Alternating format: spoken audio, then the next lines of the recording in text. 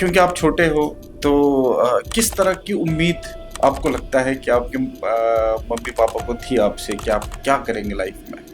मुझे लगता है मेरे से ज़्यादा उम्मीद उनको भैया से है, क्योंकि वो हमेशा से अच्छा ही परफॉर्म किया उन्होंने। मैं थोड़ा अबव एवरेज ब्रिलियंट के बीच का था, तो वो हमेशा से शार्प माइंडेड है भैया, और स्मार्ट वर्क करना उनको आता है अच्छे से। क्या आप एस्ट्रोलॉजी में बिलीव करते हो? किसी के चार्ट में यूपीएससी क्वालिफाई करना है ही नहीं, तो आप क्या समझते हो उसको शुरू करना चाहिए या नहीं करना चाहिए?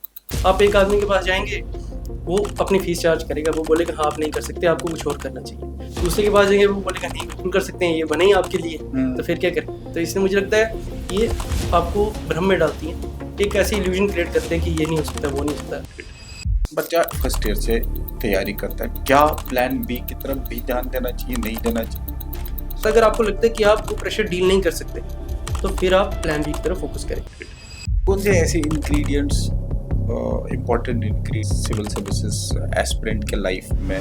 जो एस्पिरेंट है वो अपनी डेली शेड्यूल भी वीडियो बना के, रील बना के पोस्ट करते हैं। ठीक है, गलत है? मुझे आप उस वीडियो को बनाएंगे, उस वीडियो को एडिट करेंगे, फिर पोस्ट करेंगे, फिर उसके लाइक्स और कमेंट्स भी देखोगे, तो आपकी कितनी एनर्जी उस पर जा रही है। तो rather than wasting your time on that, मुझे लगता है आपको फोकस करना चाहिए कि आप उतने टाइम में कितना अच्छा पढ़ सकते हो। डिसिप्लिन या इंटेलिजेंस? डिसिप्लिन। लक या hard? Mix of both, 80% hard work, 20% hard work. Okay. अच्छा, एक ऐसी चीज कोई जो आप विश करते हो कि आपको पता होती जब आप 21 साल के थे? आई विश कि मुझे पता होता कि दुनिया में और कितने एवेन्यूज। अभी भी तक मुझे इतनी नॉलेज नहीं है। मुझे लगता है बहुत कुछ है जो हमें पता ही नहीं है। करियर वाइज हाँ, जो नहीं कर पाते कंसिस्टेंसी मेंटेन, तो आपको क्या लगता है कि क्यों नहीं कर पाते? बड़ा मेजर फैक्टर ये हो सकता है कि आपके अंदर वो हंगर नहीं है उस एग्जाम के लिए। आपके अंदर एक, मुझे लगता है, डर होना बड़ा जरूरी है किसी भी एग्जाम में अच्छा करने में। तो अगर आपके अंदर डर नहीं होगा तो आप यूपीएससी क्या, तो कॉलेज के एग्जाम भी आप अच्छे से नहीं स्कोर कर पाओगे।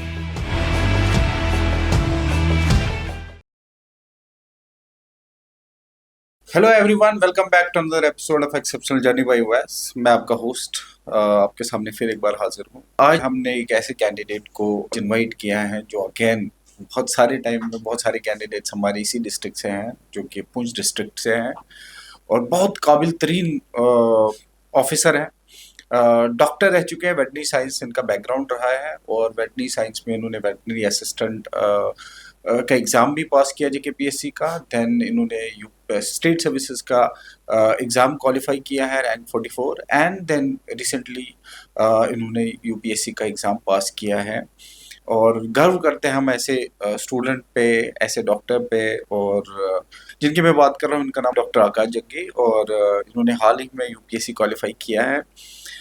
मैं सबसे पहले आपका स्वागत करूंगा, आपको वेलकम करना चाहूँगा अपने पॉडकास्ट पे कि आपने हमें टाइम दिया है, और खुशकिस्मत है हम कि आपने हमें टाइम दिया। Thank you so much. Thank you sir, thanks to you. पहले तो कॉन्ग्रेचुलेशन, आपका जो 1 लाख प्लस की फैमिली होगी आपकी। Thank you so much, all because of officers like you, कि इस वजह से हम ये फैमिली को ग्रो कर पाए, और लोगों को शायद ये पसंद है, ऐसी स्टोरी सुनना पसंद है, और उन्हीं को वो अपने लाइफ में, डे टू डे लाइफ में उसको इनकलकेट करते हैं। तो आकाश, मैं सबसे पहले आपसे क्वेश्चन करना चाहूँगा, क्योंकि आपने वेटनरी साइंस का एग्ज़ाम पास किया, डॉक्टर थे आप, ऑलरेडी सर्विस में थे, Jammu and Kashmir administrative services pass किया है, और फिर यूपीएससी में आपने थर्ड अटेम्प्ट में यूपीएससी क्वालिफाई किया है। तो जो पहले 2 अटेम्प्ट आपने लिए हैं, उन दोनों अटेम्प्ट्स में आपको सफलता मिली नहीं, सक्सेस मिली नहीं। किस तरह का माइंड सेट रखा है? क्योंकि ट्रैक रिकॉर्ड से लगता है कि आप बहुत बेहतरीन स्टूडेंट रहे हैं थ्रू आउट। सर वो बैकग्राउंड तो ठीक रहा, बचपन से स्कूलिंग भी ठीक रही। जीनियस तो नहीं बोलूँगा, बट अबव एवरेज तो था। बट यहाँ पे एग्ज़ाम जो है वो हाईली अनप्रिडिक्टेबल है। तो सी सेट एक मेरे लिए इशू था, क्योंकि मेडिकल बैकग्राउंड था।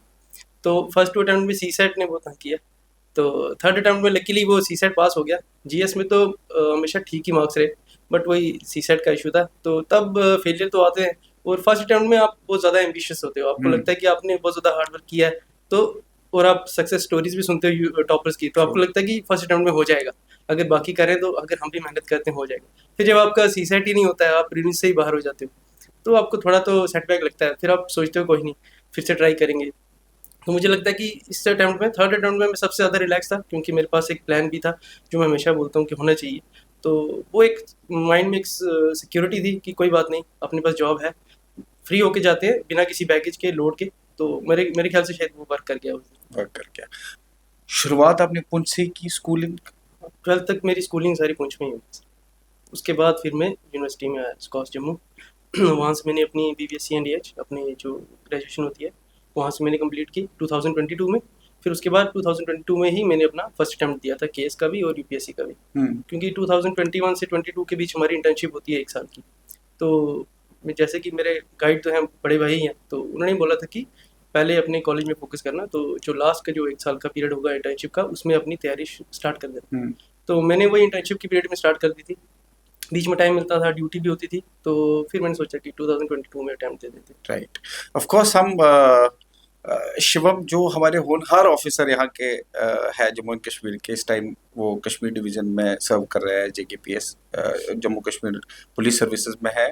उनके बारे में, उनके गाइडेंस के बारे में कि उनका क्या रोल रहा है, of course will talk about it, but tell us little more about your background. क्योंकि मुझे पता है कि आपके जो है फादर प्रिंसिपल रहे हैं और इस तरह के स्ट्रिक्ट माहौल में आप पले बड़े हो। आप आई एम श्योर हमारे प्रिंसिपल बहुत स्ट्रिक्ट रहा करते थे स्कूल्स में। तो किस तरह का माहौल आपका बचपन से रहा है 12th तक, ये मैं पहले जानने की कोशिश करूंगा। सर स्कूलिंग वहीं थी पुंछ में, तो पापा का ये था कि एजुकेशन में डिपार्टमेंट थे, तो ट्रांसफर पोस्टिंग बाहर ही होती थी मोस्टली। कभी मेंडल, कभी 3 साल करगिल रहे, 3 साल डोडा रहे। तो मोस्टली पढ़ाई जो थी वो तो मदर की हेल्प से ही हुई, क्योंकि पापा तो बाहर रहते थे और पापा थोड़े लेने थे, मम्मा स्ट्रिक्ट है। तो वो फिर उनकी गाइडेंस रही, और साथ में हमारी ऑलमोस्ट फैमिली सारी ही एजुकेशन डिपार्टमेंट में, जो फादर की जो ब्रदर रहे हैं, जो उनके आगे जो बच्चे हैं, तो एजुकेशन का ही माहौल था कि अब जब आप मिडिल क्लास से होते हैं और एजुकेशन बैकग्राउंड होता है तो आपके पास कोई एंसेस्ट्रल वेल्थ तो है नहीं, तो उनको हमेशा से था कि आपको पढ़ना ही है और एक जॉब के लिए ही जाना है आपने। तो फिर उसके अकॉर्डिंग ही बचपन से ही ये था कि आपको अच्छा स्कोर करना है, स्कूल में अच्छा पढ़ना है। तो वैसे ही चलता रहा। मम्मा का सपोर्ट था ज़्यादा, मदर ने काफ़ी अच्छा, मतलब अपना जो कुछ डिज़ायर होते हैं, कभी कहीं जाना होता है, वो सेक्रीफाइस करके हमेशा वो घर पे रहे कि ये चाहे कहीं लटर मस्ती ना करें, थोड़ा पढ़ लें। तो उनका सेक्रीफाइस मुझे लगता है बहुत ज़्यादा था हमारी एजुकेशन के अगर देखें पर्सपेक्टिव से। तो वैसे ही सेम पुंछ से लेके जम्मू तक जो स्कूलिंग का पीरियड रहा वो सारा मदर ने हैंडल किया। पापा की हाँ फाइनेंशियल सपोर्ट तो, इमोशनल सपोर्ट तो रहती है, बट मुझे लगता है जो जो स्ट्रिक्ट माहौल जो था वो मदर की वजह से घर में था। बट मुझे लगता है कि इसको थोड़ा सा आपको मैं और पूछना चाहूँगा, क्योंकि एक एजुकेशनल बैकग्राउंड रहा है, एजुकेशन में रहे हैं most of the people there in your family, तो आपको लगता है कि उस चीज़ से भी कोई बेनिफिट रहा है आपकी जर्नी में? क्योंकि father of course and mother का होना और एक पिलर जैसा खड़ा होना, हमने टीना डालवी मैडम के टाइम से सुना है, एटलीस्ट मैं तो सुनता आया हूँ कि उन्होंने बोला है कि कैसे एक पिलर की तरह उनकी मदर खड़ी रही है। ऑफ कोर्स फिर other candidates also have spoken about their mothers too, उनके बारे में तो ऑफ कोर्स हम जानने की कोशिश करेंगे, लेकिन एजुकेशनली, क्योंकि एजुकेशन डिपार्टमेंट में होना, एजुकेशन की इम्पोर्टेंस समझना and then develop the same thing in their kids, तो वो कितना बड़ा रोल रहा है उनका? वो तो हमेशा से था कि क्योंकि अब जैसे खुद भी हैं तो उनको होता था कि बच्चे भी आगे अच्छे से पढ़ें, तो भैया को भी यही कहा गया, मुझे भी यही। और जो मेरे कज़न हैं, ताया जी के जो बेटा बेटी हैं, वो भी आज डॉक्टर हैं, एक न्यूरो सर्जन है, एक गायनेकोलॉजिस्ट है, तो उनसे भी काफ़ी इंस्पिरेशन हम लेते थे। और बड़े जो भैया हैं तो वो आज मास्टर ग्रेड में हैं, वो भी पढ़ा रहे हैं। दूसरे भैया उनके जो छोटे भाई हैं वो भी टीचर हैं। तो वो फिर घर में माहौल ही ऐसा था कि सब एजुकेशन फील्ड में ही थे, तो वो एक प्रेशर तो नहीं बोलूँगा, बट एक गाइडेंस रहती थी कि आपको हमेशा पढ़ना है, आपको मतलब टाइम वेस्ट नहीं करना है। तो थोड़ा पढ़ाई की तरफ तो ध्यान उन्हीं की वजह से मुझे लगता गया, और सिर्फ फादर का नहीं, मैं बोलूँगा पूरी फैमिली का रोल था इसमें कि आपको पढ़ाई की तरफ जो उन्होंने पुश किया हमेशा बचपन से। आप सबसे छोटे हैं हाँ फैमिली में? हाँ। क्योंकि आप छोटे हो, तो किस तरह की उम्मीद आपको लगता है कि आपके मम्मी पापा को थी आपसे कि आप क्या करेंगे लाइफ में? मुझे लगता है मेरे से ज़्यादा उम्मीद उनको भैया से है, क्योंकि वो हमेशा से अच्छा ही परफॉर्म किया उन्होंने। मैं थोड़ा अबव एवरेज ब्रिलियंट के बीच का था, तो वो हमेशा से शार्प माइंडेड रहे भैया, और स्मार्ट वर्क करना उनको आता है अच्छे से। तो उनसे मुझे लगता है ज़्यादा एक्सपेक्टेशन थी, मेरे से इतनी ज़्यादा तो नहीं होंगी, बट डेफिनेटली होती तो है पेरेंट्स की। पर उनको था, उन्होंने कभी प्रेशराइज नहीं किया कि आपको मतलब सिविल सर्वेंट ही बनना है। उनको था कि आप फाइनेंशियली इंडिपेंडेंट बनो, कोई जॉब अगर आप कर सकते हो करो। अब उनको था कि अपने प्रोफेशन में अच्छा काम करें, ताकि वेटनेरियन ही अगर बन जाए तो वो भी ठीक है। उनको ये उन्होंने कभी फोर्स नहीं किया कि आप सिविल सर्विस में ही जाओ, और घर में माहौल भी नहीं था क्योंकि कोई था भी नहीं सिविल सर्विसेज में। तो भैया ने पहले स्टेप लिया था कि मैं ट्राई करूंगा, मैं civil servant that was the first. हाँ जी, शिवम एक पहले इंसान है हाँ जो जी, सिविल सर्विसेज में गया जी, आपके फैमिली में, बिल्कुल, और रोड मैप आपका हाँ। बन गया था। कच्ची रोड हुँ, उन्होंने हुँ, बना दी थी आपके लिए। तो जैसे आप पुंछ से 12th किया आपने, और जो नहीं जानते हैं, पुंछ एक हमारा बॉर्डर डिस्ट्रिक्ट है जम्मू एंड कश्मीर का। एट टाइम्स बहुत डिफिकल्ट होता है, क्योंकि आप अगर ये समझो कि Jammu is a better city in terms of infrastructure, in terms of other developments, या जो भी सुविधाएं यहाँ पर हैं वो बेटर हैं। पुंछ में इतनी सहूलियत है नहीं, इसलिए वहाँ से फिर जम्मू आना पड़ता है, और बेटर एजुकेशन के लिए, बेटर अपॉर्चुनिटीज़ के लिए। तो मेरा ख्याल है वही एक रीज़न आपका रहा है। बट जम्मू जम्मू आप शिफ्ट हुए हैं, हाँ। ये कैसा डिसीजन लिया आपने कि आपको वेटरनरी साइंस में जाना चाहिए? Sir was it a mutual decision या sir your veterinary own? Science में जो भी जाता है 99% वही होता है जिसका एमबीबीएस नहीं मिल पाता है उनको।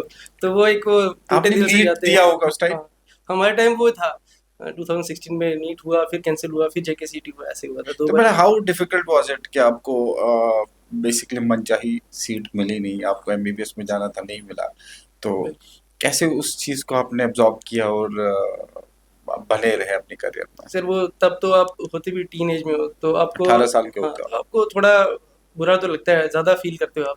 बट वही है कि आपको बड़े गाइड करते हैं कि कोई बात नहीं, तो this is not end of the world, तो आपको हम्म, आगे चलना है, अभी आगे कितनी लाइफ पड़ी है, कितना कुछ करना है। तो मुझे लगता है वही बड़े भाई ने भी बोला, भैया भी वेटनेरियन ही थे, तो वो भी थे, तो उन्होंने कहा कि नहीं अच्छा है, अच्छी आप अगर प्रोफ़ेशन अच्छा है, आप पढ़ना चाहो, अच्छे से मेहनत करो, प्रैक्टिस सीखो तो डेफ़िनेटली अच्छा कर सकते हैं। तो स्टार्टिंग में तो नहीं पता होता, क्योंकि आपका मन सिर्फ वही होता है, क्योंकि अब बचपन से ही आपको वही माहौल में बताया जाता है कि बस जेएंडके में, फिर ऊपर से पुंछ में, वहाँ पे तो वही दो हम्म, फील्ड हैं, या तो इंजीनियरिंग है या तो आपको मेडिकल साइंस में आगे हम्म, बढ़ना है। तो फिर सब बोलते हैं कि मैं एमबीबीएस होनी चाहिए, एमबीबीएस होनी चाहिए। तो जब वो नहीं होता है तो आपको बुरा तो लगता है, फिर आपने इतने एफर्ट डाले होते हैं। तो बट कोई नहीं, फिर बंदा अपने आप को वो मना लेता है कि कोई हम्म। बात नहीं, अब जो है उसको एक्सेप्ट करना है, चाहे फेलियर हो चाहे जो भी हो, आपको एक्सेप्ट तो करना पड़ता है, तभी बंदा मूव ऑन कर सकता है, मुझे लगता है। तो फिर कंटिन्यू किया, और भैया वहाँ भी थे गाइडेंस के लिए, तो और बाकी सीनियर्स भी थे, और पुंछ से काफ़ी वेटनेरियन है वहाँ पे कॉलेज में थे, जब उनके हमारे सीनियर थे बहुत सारे, तो उन्होंने भी बहुत अच्छा सपोर्ट किया, कभी ऐसा फील नहीं होने दिया कि कहीं बाहर आए या ज़्यादा रैगिंग नहीं हुई। और इस चीज़ में मैं कहूँगा कि हमारा स्कॉल जम्मू जो है वो काफ़ी बेहतर है, रैगिंग ऐसा यहाँ पे नहीं होती है, हम्म, और जो सीनियर्स हैं वो बहुत कोऑपरेटिव हैं, हम्म, आपके साथ अगर आपको कोई प्रॉब्लम होगी वो हमेशा हेल्प करने के लिए रेडी होते हैं। तो आज भी जो सीनियर जो तब मिले थे वो अभी तक कॉन्टैक्ट में होते हैं, उनसे बात करते हैं। तो हम्म, मुझे लगता है कि अगर आपकी एमबीबीएस नहीं भी होती है, जिनको अगर जितने भी स्टूडेंट होंगे, हम्म। तो अभी नीट का एग्ज़ाम भी है, हाँ बिल्कुल है। तो आज आज आज ही मेरा ख्याल है नीट का एग्जाम है। तो कोई नहीं, सेटबैक लगते रहते हैं, मुझे लगता है लाइफ में अप्स एंड डाउन्स तो चलते हैं, तो फेलियर्स भी आएंगे, सक्सेस भी आएगी, तो मुझे लगता है एक होप जो है दिल में रखनी चाहिए, फिर इंसान आगे बढ़ता रहता है। और बाय द टाइम हम हमारा ये एपिसोड आएगा तो उस टाइम तक नीट का हाँ, एग्जाम हो चुका होगा, तो सिंक इन हो चुका है बच्चों को। तो मेरा ख्याल है जिनको चलते चलते उनको एक मैसेज देना चाहिए, जिनका होता है उनको क्या करना चाहिए, जिनका नहीं होता उनको भी क्या करना मुझे लगता चाहिए। है जिनका होता है उनको तो अच्छा है, उनकी मनपसंद उनको सीट मिल जाएगी, क्या पता उनको पसंद का कॉलेज भी मिल जाए, तो अच्छा है। मुझे लगता है उनको अच्छी प्रैक्टिस करनी चाहिए, अच्छे डॉक्टर बनना चाहिए। जो पब्लिक सर्विस जो डॉक्टर कर सकता है, मुझे लगता है उससे ज़्यादा कोई नहीं कर सकता। हम्म, तो क्योंकि जब डॉक्टर के पास जो इंसान जाता है वो बिल्कुल लास्ट उम्मीद पे जाता है कि बस हम्म, इसके बाद कोई उम्मीद नहीं होती, फिर ऊपर वाला ही है। हम्म, तो मुझे लगता है वो अच्छा काम करे तो अच्छा हो सकता है, और जिनका नहीं होगा तो उनको बोलूँगा कि आपको दिल छोटा नहीं करना है, बुरा तो लगता है, तो ऑब्वियस है, ह्यूमन नेचर है कि हमें बुरा तो लगेगा। 2-3 दिन, 4 दिन, 5 दिन, बट इतना भी नहीं हमें फ़ील करना है कि हम एंग्ज़ायटी अटैक होने लगे हैं या हम डिप्रेशन में चले जाएँ। वो चीज़ मुझे लगता है फेलियर आपको सिखाता भी है कि आपको कैसे स्ट्रॉन्ग बनना है। तो मैंने भी पिछले 3-4 सालों में बैक टू बैक 5-6 बार फेलियर देखा है। कभी मेंस में आके, कभी इंटरव्यू ट्रू, में आके। तो मुझे लगता है कि उनको मैं ये बोलूँगा कि अगर नीट नहीं होगा तो आगे कुछ और बेहतर होगा। और अगर जेएंडके के बच्चों की बात करूँ तो मुझे लगता है वो बहुत टैलेंटेड है। हमारे ट्रू, जेएंडके राइट। में पीर पंजाल एरिया में वो बहुत टैलेंट है। तो मुझे बिल्कुल। लगता है वो, मैंने तो कुछ भी अच्छा नहीं किया, मुझे लगता है कि वो मेरे से बहुत ज़्यादा अच्छा कर सकते हैं।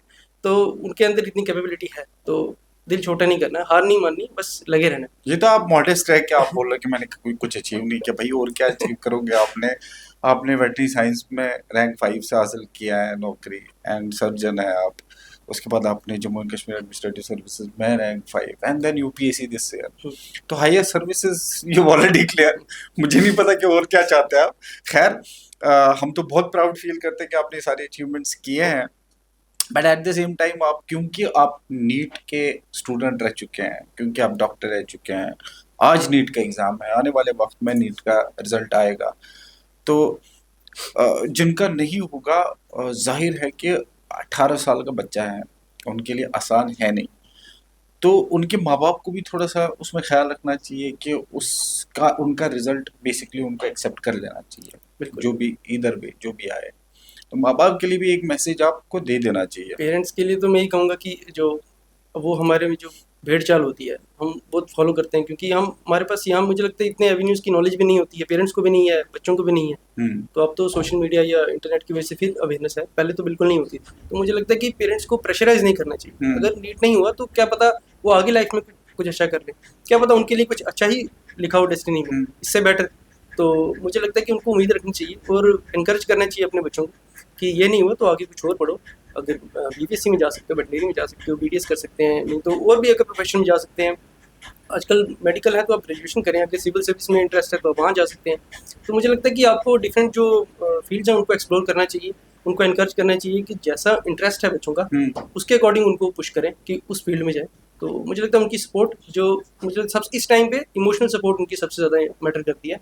अगर वो प्रेशराइज ना करें और वो कंपेयर ना करें, मुझे लगता है आधी से ज़्यादा जो प्रॉब्लम इंसान की होती है वो होती है जब हम कंपैरिजन में जाते हैं। राइट तो जब हम कंपेयर करेंगे अपने बच्चों को दूसरों के साथ जिनका हो गया, तो मुझे लगता है फिर वो डिप्रेस होंगे। और ये आज हम फील नहीं करते हैं, बट लॉन्ग टर्म में मुझे लगता है उनकी मेंटल हेल्थ में काफ़ी नेगेटिव काफी इफेक्ट फर्क पड़ता है। पड़ेगा। Coming back to your own journey, जिसमें आप बोल रहे कि आपके फादर का बहुत बड़ा सपोर्ट है। ऑफ कोर्स वो डिफरेंट अदर प्लेसेस पे ही वाज पोस्टेड, और इस वजह से घर पे उनका इंटरेक्शन उतना ज़्यादा नहीं होता था। मदर वाज ए पिलर जो हमेशा इमोशनली डेफिनेटली। आपको सपोर्ट करते रहे, कहीं भी भटकने नहीं दिया, हर जगह आपको जो है ऑन ट्रैक रखा। और then comes to the actual person जिन्होंने आपको गाइड किया है, जिन्होंने ऑफ कोर्स नीट के टाइम से आपको गाइड किया है, शुभम आपके ब्रदर।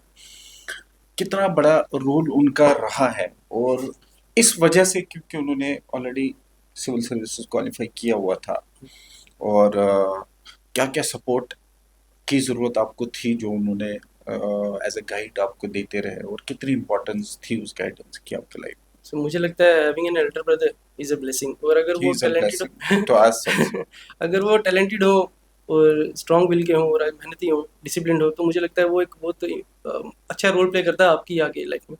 तो भैया ने सिर्फ ना सिर्फ 12th में या नीट में या यहाँ पे, वो 8th से मुझे गाइड करते आ रहे हैं। जबकि तब भी वो खुद भी छोटे थे, बट फिर भी वो एक रहता है कि बड़ा भाई है तो समझाना, और वो पढ़ने में भी अच्छे थे शुरू से। तो भैया ने गाइड किया हमेशा से 12th तक, उसके बाद भी।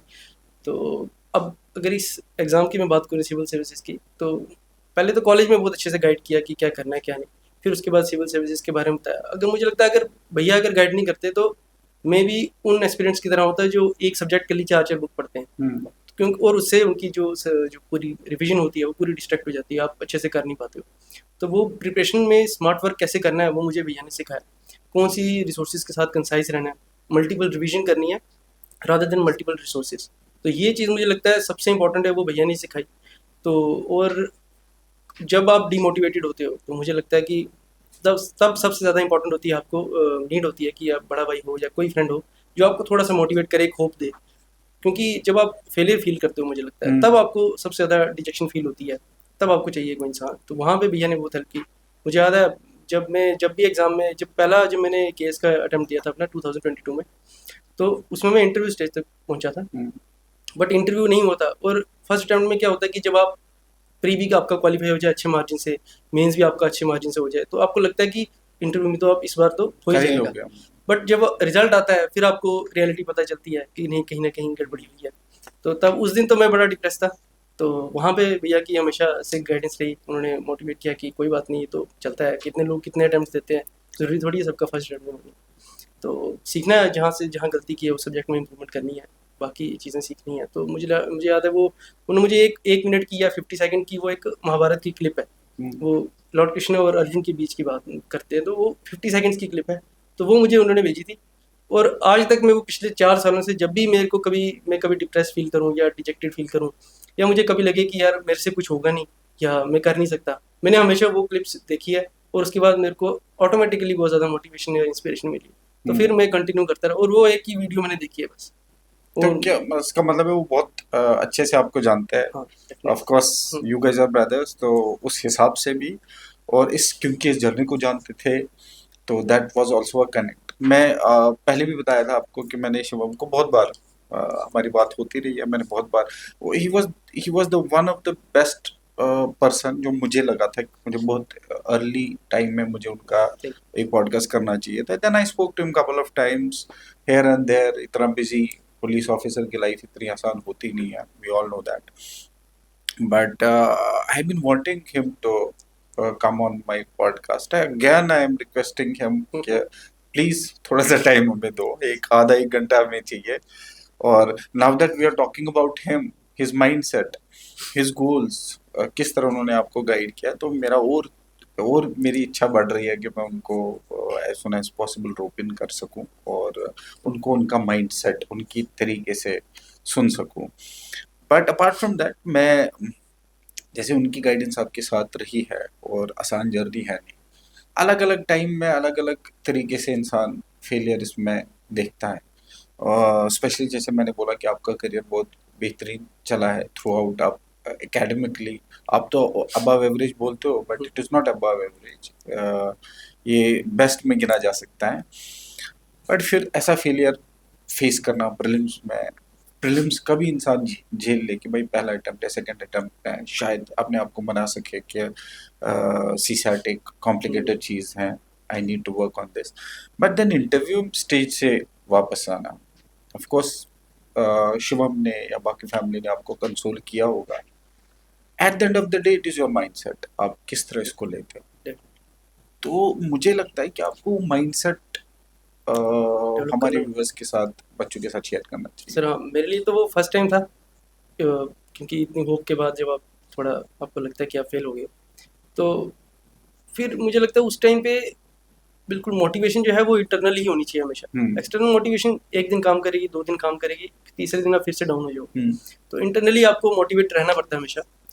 तो मुझे लगता है कि वो इंस्पिरेशन भैया से ली। बाकी फिर जो यूपीएससी टॉपर्स के इंटरव्यू देखते थे, कितने लोग हैं जेकेएस में भी जो 3rd में 4th 5th अटेम्प्ट में जाके सिलेक्ट हो रहे हैं, तो मुझे लगता है उनके अंदर भी उन्होंने भी ये फेस किया होगा फेलियर, और उसके बाद उन्होंने कैसे अपने आप को मोटिवेटेड रखा। तो वो मैंने वहाँ से थोड़ा इंस्पिरेशन ली, उन लोगों की जो स्टोरीज है वो सुन के पढ़ के। तो और उस टाइम पे मुझे लगता है सिर्फ पेरेंट्स ही नहीं या ब्रदर ही नहीं, पूरी फैमिली मेम्बर जितने भी जो कजन्स हैं साथ है। उन्होंने, जो मेरे फ्रेंड्स हैं बिल्कुल भाई जैसे हैं, मेरे जूनियर्स हैं, उन्होंने बहुत ज़्यादा सपोर्ट किया। उन्होंने उस टाइम पे ये फील ही नहीं होने दिया कि कुछ मतलब मैं कहीं फेल हूँ। तो वो तो हमेशा बढ़ाते हैं ना फ्रेंड्स आपको कि नहीं नहीं कोई बात नहीं, आपने प्रीलिम्स कर लिया, बेस्ट अच्छे कर लिया। दोस्त होने हाँ, चाहिए, बिल्कुल डेफिनेटली होने चाहिए, 2-3 ही हों बेशक, बट अच्छे होने चाहिए। हम्म। तो उन्होंने हमेशा इनकरेज किया।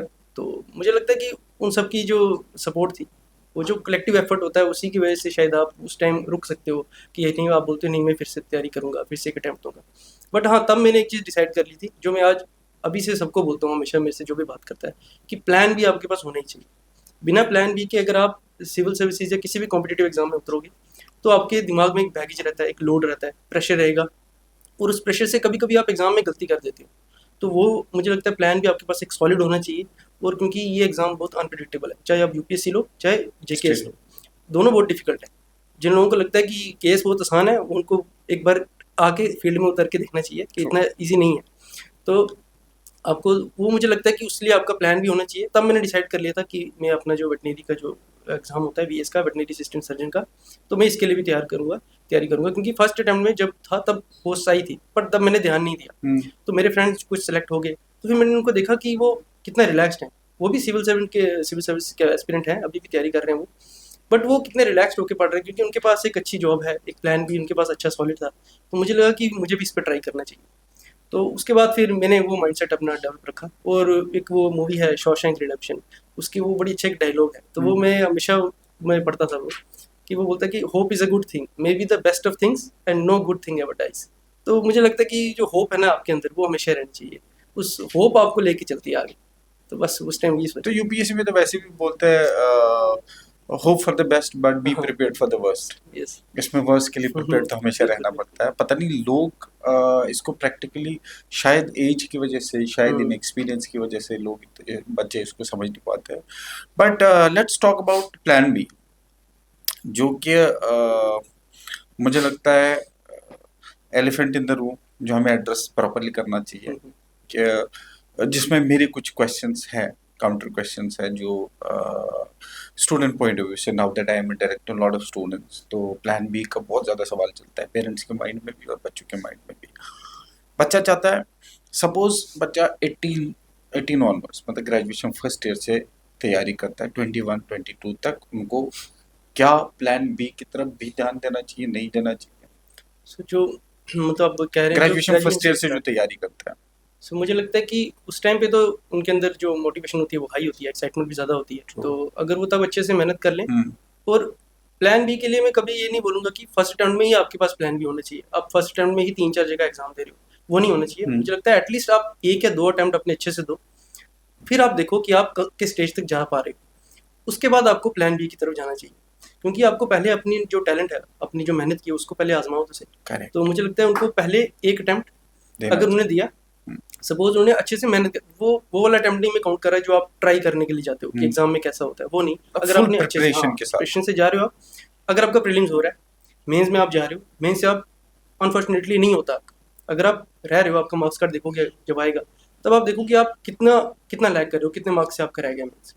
फिर आप सेकंड अटेम्प्ट में भी मुझे लगता है अच्छे से मेहनत करके आप उस पर फोकस करो, तो आप उस वहाँ तक जाओ। फिर आप देखो अगर मेंस आपका हो गया, हम्म। तो फिर समझ लो कि आपकी मेहनत जो है वो सही डायरेक्शन में। हम्म। और अगर आपकी एज जो है ना वो बड़ा इंपॉर्टेंट रोल प्ले करती है इसमें। अगर आप 21 के हो, आप अपना पहला अटेम्प्ट दे रहे हो, तो आपके पास एक विंडो है। हाँ। अब जैसे हम जब डॉक्टर इंसान बनता है 25-26 साल का ऐसे ही हो जाता है, करेक्ट। तो हमारे पास ज़्यादा बड़ी विंडो नहीं होती है। हम्म। तो मुझे लगता है अब आपकी एज बहुत इंपॉर्टेंट रोल प्ले करती है। अगर आप 22, 23, 24 के हो, तो आप मुझे लगता है आप 2 अटेम्प्ट दो, उसके बाद आप एनालाइज करो, फिर आप प्लान बी पे शिफ्ट हो जाओ अगर यहाँ पे आपका अराउंड नहीं 20 हो रहा 25 की एज है। से हाँ, आप प्लान बी की तरफ जा चल जा सकते सकते हो। हो। और अगर आप जैसे मेडिकल बैकग्राउंड से हैं, तो आपके पास एक प्लान भी तो ऑलरेडी होता है कि आपके पास अपना प्रोफेशन है, वहाँ पे प्रैक्टिस कर सकते हैं। तो मुझे लगता है आप फाइनेंशियली इंडिपेंडेंट तो रहेंगे हमेशा उसमें। हम्म। तो वो एक मेंटल स्टेबिलिटी आपको आ जाएगी। तो उसके रिगार्डिंग तो आप पहला अटेम्प्ट देख लिया अगर आपने, तो साथ साथ अगर आपको लगता है कि आप वो प्रेशर डील नहीं कर सकते, तो फिर आप प्लान बी की तरफ फोकस करें, अपने प्रोफेशन की जो जॉब है। बट अगर आपको लगता है कि नहीं, मैं वहाँ पे कभी भी जाऊँगा तो अच्छा कर लूँगा, मुझे इसी में फोकस करना है, सिविल सर्विसेज में ही जाना है, तो मुझे लगता है फिर आप सेकंड भी दो, थर्ड भी दो, उसमें कोई इशू नहीं है। बट आपकी एज मैटर करती है, और जो कॉलेज से आता है उसको पहले 2 अटेम्प्ट देने चाहिए अच्छे से मेहनत करके, तैयारी करके, और जो गलतियाँ जो होती हैं उस पे काम करके, उसको इम्प्रूव करके।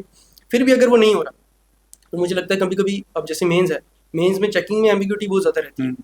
तो कभी-कभी आपकी मेहनत सही होती है, बट एग्ज़ाम की चेकिंग में, तो उसमें आपके क्या पता मार्क्स आपने ठीक लिखा हो, चेक करने वाले को नहीं, इवैल्यूएटर को नहीं अच्छा लगा।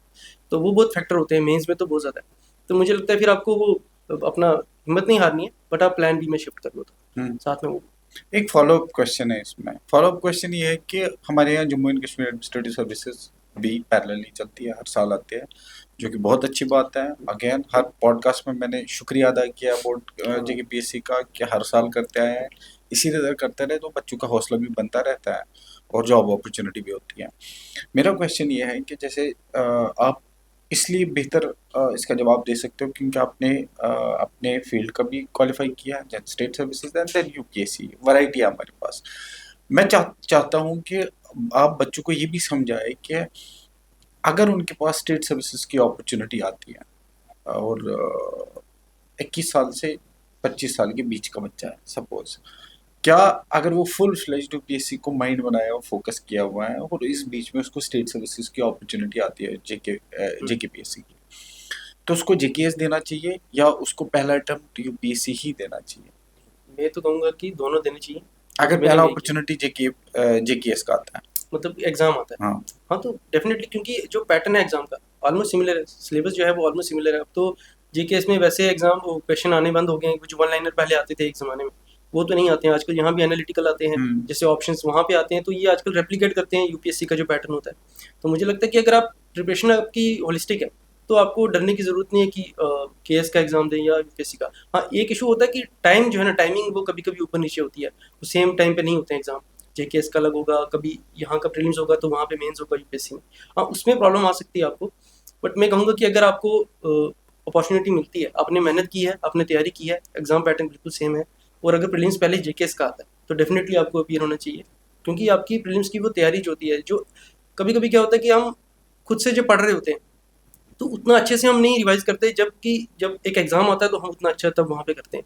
क्योंकि एग्ज़ाम के साथ आपके पास एक प्रेशर भी आता है कि मुझे इस टाइमलाइन में 15 दिन बाद एग्ज़ाम है, 15 दिन में ये सिलेबस मुझे कवर करना है और रिवाइज़ भी करना है। तो मुझे लगता है कि अगर आप अपना अटेम्प्ट दे देंगे यहाँ पे प्रीलिम्स का, तो आपकी कहीं न कहीं रिवीजन यूपीएससी के प्रीलिम्स के लिए भी हो जाएगी। उसके बाद आप यूपीएससी का भी फॉलो करते रहें, तो मुझे लगता है कि दोनों अटेम्प्ट आप साथ-साथ दे सकते हैं, कोई दे इशू नहीं। सकते हैं। हमारे पास एक और क्वेश्चन है कि जो अक्सर बच्चों के मन में घूमता रहता है, और अक्सर पूछते भी हैं। तो क्वेश्चन ये है कि बहुत सारे बच्चे-बच्चियाँ, मतलब यहाँ के स्पेशली गर्ल्स को भी थोड़ा-सा इसमें अप्रहेंशन रहता है कि जो कि मैं समझता हूँ कि ऐसा सोचना नहीं चाहिए प्रिपरेशन के टाइम, पर बच्चा सोचता है कि Jammu and Kashmir administrative services इसलिए वो प्रेफर करते हैं क्योंकि यूपीएससी क्वालिफाई होगा तो उनको बाहर का कार्डर मिल सकता है, मतलब उनको बाहर जाना पड़ेगा। अक्रॉस द कंट्री कहीं और भेजा जा सकता है, जबकि वो बने नहीं होते। प्रिपरेशन मिड वे में होती है या स्टार्ट में होती है, वो इस लेवल का सोचने लगते हैं। तो आप उसको कैसे काउंटर करते हैं और उन बच्चों को क्या समझाते हो आप? सो मुझे लगता है कि जो डे ड्रीमिंग हम करते हैं, वो नहीं करनी चाहिए। इस प्रिपरेशन में तो बिल्कुल नहीं। क्योंकि आपके पास टाइम कम होता है और प्रिपरेशन करने के लिए कंटेंट बहुत ज़्यादा है। तो मुझे लगता है फ़ोकस हमारा प्रिपरेशन पे होना चाहिए रादर देन जो डे ड्रीमिंग अबाउट जो भी है, बाहर जाना पड़ेगा। जब बाहर जाने की नौबत आएगी हम तब सोचेंगे। क्योंकि पहले तो एग्ज़ाम में अपीयर होना है और सक्सेसफुल होंगे नहीं होंगे ये कौन जानता है, किसी को नहीं पता है, किसी को नहीं अनप्रेडिक्टेबल है। पता, किसी को नहीं और उसके बाद मुझे लगता है कि अगर सिविल सर्विसेज में हम उतरे ही हैं तो ये दिमाग में ये लोड रखना ही नहीं है कि कल को बाहर जाना पड़ेगा। और अगर कुछ लोगों की मुझे लगता है कुछ रिस्पॉन्सिबिलिटीज़ होती हैं, मजबूरी भी होती है कि वो नहीं जा सकते स्टेट से बाहर, पेरेंट्स के कोई रिगार्डिंग होती है रिस्पॉन्सिबिलिटी या कोई और भी हो सकती है, मैरिड हैं, कुछ है। तो अगर वो यहीं पे रहना चाहते हैं स्टेट में, तो फिर उनको यूपीएससी की तरफ सोचना ही नहीं चाहिए। तो फिर उनको सिर्फ जेकेएस पे ही फोकस करना चाहिए। तो बट अगर आपका मन भी है, आप यूपीएससी करना भी चाहते हैं और आप ये सोचें कि बाहर जाना पड़ेगा, तो फिर वो दोनों चीज़ें एक साथ तो नहीं बैठेंगी, क्योंकि ऑल इंडिया सर्विस हो चाहे सेंट्रल गवर्नमेंट सर्विस हो, आपको दोनों में बाहर तो जाना पड़ेगा। हम्म, तो वो आपको दिमाग से वो मुझे लगता है हटा देना चाहिए और सिलेक्शन से पहले ये सब नहीं सोचना चाहिए। ये सब बाद में भी सोचने का कोई फ़ायदा नहीं है, क्योंकि जब आपने उस फील्ड में जब उतरे हैं तो ये सोचना ही क्यों है कि बाहर जाना है? वो तो हाँ। जाना ही है लेकिन डेफ़िनिटली। कई बार हमारे मतलब पेरेंटल इन्फ्लुएंस भी होता है, ऐसा हाँ, नहीं है कि सिर्फ बच्चा हाँ, सोचता है। मतलब होता है, होता है। पेरेंट्स सोचते हैं यार अगर इसका सिविल सर्विस हो नहीं हुआ नहीं है, होगा नहीं होगा वो तो बाद की बात है। अगर इसका हो गया तो फिर इसको पैन इंडिया में, हाँ, फिर स्पेशली बच्ची बच्ची की शादी भी होनी होती है अगर वही। घर पे नहीं रहेगा, मतलब 10 क्वेश्चंस है। तो मुझे लगता है पेरेंट्स को भी ऐसी कोई चीज कंसिडर नहीं करनी चाहिए। तो मुझे लगता है कि अब जो पेरेंट्स की जो फीलिंग होती है वो हम लोग नहीं बता सकते, क्योंकि उनका सोचने का तरीका थोड़ा अलग होता है, वो हम्म, कंसर्न होते हैं, अब केयर भी होती है एक। तो मुझे लगता है उनकी फ़िक्र अपनी अपनी जगह जायज़ होती है, बट मुझे लगता है उनको इस टाइम पे पूछना चाहिए बच्चे से कि क्या वो ऑल इंडिया सर्विस में जाना चाहते हैं। अगर उनको बाहर रहने में कोई दिक्कत नहीं है तो ठीक है, अगर उनका मन है, क्योंकि कल को सपोज़ अगर वो नहीं, उनको पता है कि उनके अंदर टैलेंट है, वो कैपेबिलिटी है, बट वो पेरेंट्स के कहने पे नहीं जाते, हम्म, यूपीएससी में अपीयर नहीं होते, सिर्फ जेकेएस तक रहते हैं। तो क्या पता आज से 2 4 5 6 साल बाद उनके दिल में वो रह जाए रिग्रेट कि क्या पता काश मैंने भी यूपीएससी दिया होता, हम्म। तो आज मैं भी ग्रुप ए सर्विसेज में होता। तो मुझे लगता है कि वो जो है ना, गिल्ट नहीं रहना चाहिए किसी के दिल में। तो कल को वो पेरेंट्स को कोसें, इससे अच्छा है कि आज ही उनसे पूछ लेना चाहिए कि आप मतलब हैं, रेडी हैं, बाहर जाना चाहते हैं, अगर कल को सिलेक्ट हो गए। तो अगर उन्होंने कहा कि नहीं वो इंटरेस्टेड हैं, ग्रुप ए सर्विस में जाना चाहते हैं, तो मुझे लगता है फिर पेरेंट्स को वहाँ पे थोड़ा मन को मार लेना चाहिए और उनको वही करने देना चाहिए जो उनका इंटरेस्ट है। और वैसे भी इंटरेस्ट की बात है, ऐसी बड़ी सर्विसेज है तो आप कंट्री में जम्मू कश्मीर में सर्व करो, दिल्ली में सर्व करो या यूपी में सर्व करो, आप लोगों के हित के लिए तो आते हो इसमें। बिल्कुल, इस बिल्कुल। सर्विसेज ही ऐसी है, नहीं तो सिरे से नहीं आना चाहिए बिल्कुल, ऐसी बिल्कुल सही सर्विसेज में। बट जैसे आपका अ, बहुत सारा डाइवर्सिफाइड फील्ड, मतलब आप वेटरनरी साइंस से स्टेट सर्विसेज यूपीएससी, आप जब अपने सब्जेक्ट्स छोड़ के, जैसे 12th तक आपने नीट हुँ, मतलब एमबीबीएस की तैयारी की, फिर आपने वेटरनरी साइंस ही में रहे, साइंस के सब्जेक्ट्स हैं, तो एक कॉमन नोशन है कि मेरा बच्चा या मैं साइंस पढ़ा हुआ हूँ 12th तक या ग्रेजुएशन तक। अब मैं अगर स्विच करूँगा तो मुझे सारे सब्जेक्ट जो ह्यूमैनिटीज़ के पढ़ने का, वो बहुत बेसिक क्वेश्चन है। मुझे सारे सब्जेक्ट्स ह्यूमैनिटीज़ के पढ़ने पड़ेंगे, तो मैं उनसे कैसे compete करूँगा जो ऑलरेडी ह्यूमैनिटीज़ 12th ऑनवर्ड्स पढ़ चुके हैं। तो कैसे देखते हो आप इस सवाल को, और कैसे यूपीएससी एक प्लेटफॉर्म पे लाके खड़ा कर देता है सबको? तो मुझे लगता है अगर ऐसा होता कि उनको ज़्यादा एज मिलता तो इतने डॉक्टर टॉपर नहीं होते यूपीएससी में। और हमारे इंजीनियर पास हाँ इंजीनियर्स की तो मैक्सिमम प्रोपोर्शन जो होती है, आप सिलेक्शन लिस्ट में Engineers, देखें तो मैक्सिमम इंजीनियर्स। तो वो मुझे लगता है उसमें सीसेट भी एक इंपॉर्टेंट रोल प्ले करता है उनके लिए। मेडिकल और ह्यूमैनिटीज वालों को वहाँ से थोड़ी मार पड़ जाती है। बट ये कभी नहीं सोचना चाहिए कि हमें आके ये सब पढ़ना पड़ेगा या उनसे हम पीछे रह जाएंगे, क्योंकि अगर हम बात मेहनत की है, अगर आपने डिसिप्लिन रह के कंसिस्टेंसी से अगर वो सब्जेक्ट पढ़े अच्छे से, तो जैसे बाकी डॉक्टर्स या बाकी इंजीनियर्स कर रहे हैं तो आप भी कर सकते हैं, कोई इशू नहीं है। वो मुझे लगता है ऑप्शनल में जाके वो हो सकता है डिफरेंस, क्योंकि ऑप्शन उन्होंने कोई कॉलेज में पढ़ा होगा, उन्होंने वही आगे रखा होगा। तो वैसे ही जैसे मैंने वेटनरी ऑप्शन रखा, जो डॉक्टर आपने है वो यूपीएससी में वेटनरी ऑप्शन रखा? हाँ जी, मेरे दोनों वेटनरी, क्योंकि ऑप्शनल आप चेंज नहीं कर सकते। किसी ने आपको सजेस्ट नहीं किया भाई ये मत रखो, ये डिफिकल्ट होने वाला है? क्योंकि भैया ने भी वेटनरी ऑप्शन रख के ही सिलेक्शन ली थी, तो मुझे लगता है फिर जो मेरे सीनियर्स थे, फिर देखा कि बाकी जो ऑप्शन है उनमें भी कुछ एक्सेप्शनली हाई मार्क्स तो नहीं मिल रहे। सब में कहीं जगह तो 220s 230s में मिल रहे हैं, कुछ होते हैं जिनमें, पर मुझे लगता है उसमें आपका इनपुट भी मैटर करता है कि आपने कितना अच्छा लिखा एग्जाम में। फिर मैंने डिसाइड किया कि एक डिफरेंट सब्जेक्ट पढ़ना उससे तो बेहतर है कि मैं अपने वाले को थोड़ा और पॉलिश करूँ, तो उसमें ज़्यादा चांसेस है कि मैं थोड़ा अच्छा स्कोर कर पाऊँ। अभी आज से जो 7-8 साल पहले जो वेटनरी में स्कोर मिलता था उतना तो नहीं मिल रहा है, बट फिर भी इतना है कि अगर आपने अच्छे से लिखो आपको मार्क्स मिल जाते हैं। तो मुझे लगता है कि इसलिए फिर मैंने कहा कि मैं इसी में रहता हूँ। तो कितने नंबर थे ऑप्शनल में आपके यूपीएससी में? 267 थे उसमें, और इसमें 260 के अराउंड थे।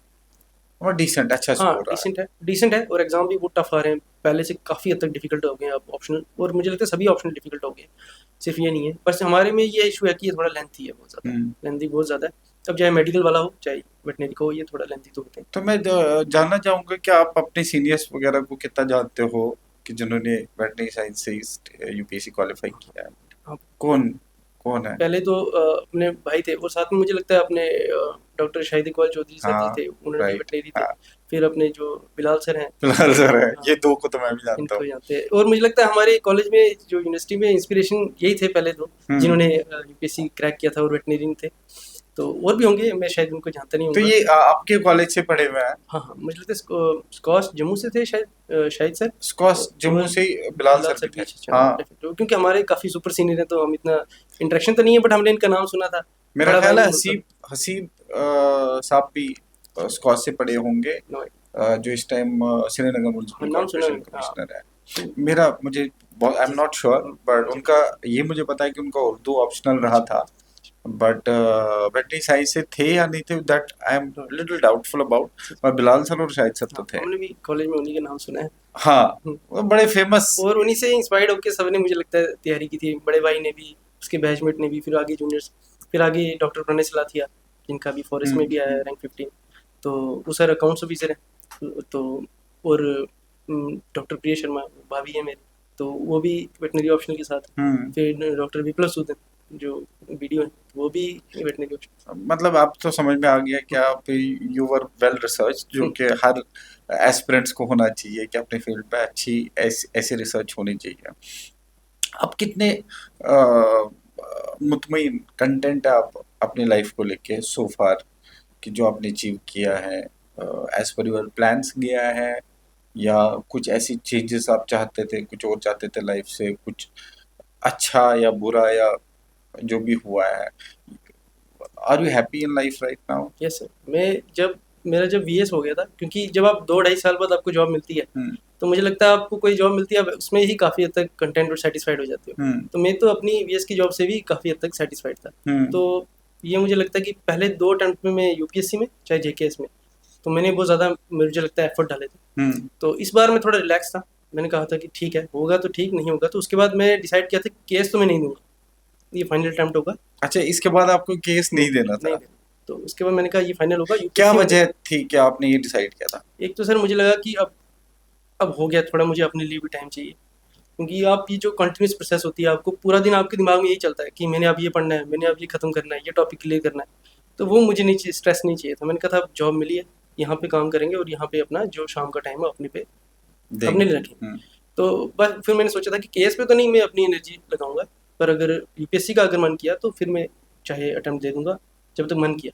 हम्म। तो बाकी मैं अपनी जॉब से सेटिस्फाइड था कि मैं यहाँ पे खुश हूँ। और इस पे मैं कहूँगा कि I am highly grateful to my department की जो एनिमल हस्बेंड्री डिपार्टमेंट है, हम्म, बहुत ही सपोर्टिव है, हमेशा से रहे हैं वो, बाकी सीनियर्स के लिए भी मेरे लिए भी।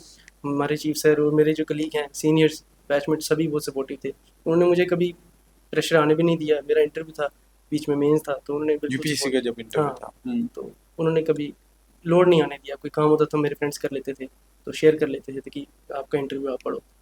मुझे लगता है वो अच्छा था। कौन से ऐसे ingredients important increase civil services aspirant के लाइफ में एक सक्सेसफुल करियर बनाने के लिए, जो आपको लगता है अब इस पॉइंट ऑफ टाइम पे, जो 2 4 5 आप बता सकते हो कि कौन कौन सी चीज़ें जो इम्पोर्टेंट है उनके लाइफ में ये पॉजिटिवली होने चाहिए?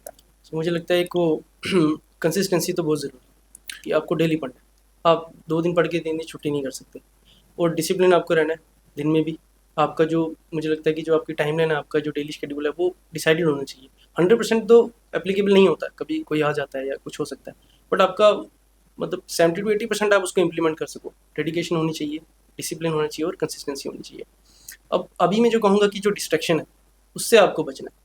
कि और जो आजकल मैं देखता हूँ कि सोशल मीडिया पे आजकल तो जो एस्पिरेंट है वो अपनी डेली शेड्यूल भी वीडियो बना के या रील बना के पोस्ट करते हैं। ठीक है, गलत है। मुझे 100% मैं किसी को कह नहीं सकता, बट मुझे लगता है कि उसमें आपका टाइम और एनर्जी बहुत ज़्यादा वेस्ट हो जाएगी। आप उस वीडियो को बनाएंगे, उस वीडियो को एडिट करेंगे, फिर पोस्ट करेंगे, फिर उसके लाइक्स और कमेंट्स भी देखोगे, तो आपकी कितनी एनर्जी उस पर जा रही है। तो मुझे लगता है उसके rather than wasting your time on that, मुझे लगता है आपको फोकस करना चाहिए कि आप उतने टाइम में कितना अच्छा पढ़ सकते हो, कितने टॉपिक्स कवर कर सकते हो। जल्दी अगर आप सेलेक्ट हो जाओगे तो उसके बाद तो आपके पास टाइम ही टाइम होगा, या टाइम नहीं भी होगा तो आप रील्स बना सकोगे अगर गवर्नमेंट अलो करेगी। मुझे पता नहीं है रूल्स क्या होते हैं, बट ये मुझे लगता है उसमें काफ़ी टाइम वेस्ट करते हैं। डिस्ट्रैक्शन का होता है, वो आपको अवॉइड करनी है। मैं बताता हूँ मैं क्या करता था, क्योंकि डिस्ट्रैक्शन मतलब आप डिस्ट्रैक्ट तो हर कोई हो सकता है। अब ह्यूमन माइंड है, वो तो मंकी होना ही माइंड है। होगा। तो इसलिए मुझे लगता है मैं क्या करता था कि मैं अपना फ़ोन एयरप्लेन मोड में रखता था। हम्म, और 1-2 दिन में मैंने एयरप्लेन मोड पे रखा, बट अपने रूम में रखा। और फिर आधे घंटे बाद मैं जाके फ़ोन उठा लेता था। फिर मैंने कहा नहीं, ये नहीं, ऐसे तो नहीं चलेगा। फिर मैंने फ़ोन उठाया, एयरप्लेन मोड पे रखा, उठा के पेरेंट्स के रूम में रख के आया। अब वहाँ पे आप बार-बार नहीं जा सकते उठाने, क्योंकि वो नोटिस करेंगे। तो एक वो हो गया कि आपको फ़ोन से थोड़ा दूर रहना है। दूसरा मैं रखता था कि, और मेरे फ्रेंड्स को मैं बोल देता था कि अगर फ़ोन स्विच ऑफ आया तो समझ लेना या तो मैं सोया हूँ या तो मैं या पढ़ मैं रहा पढ़ाई कर हूँ। तो वो भी उन्होंने कभी डिस्टर्ब भी नहीं किया। उनको पेरेंट्स का नंबर दिया था कि अगर कोई इमरजेंसी या इंपॉर्टेंट कॉल होगी तो वहाँ पे कर लेना, तो वो डायरेक्टली बता देंगे।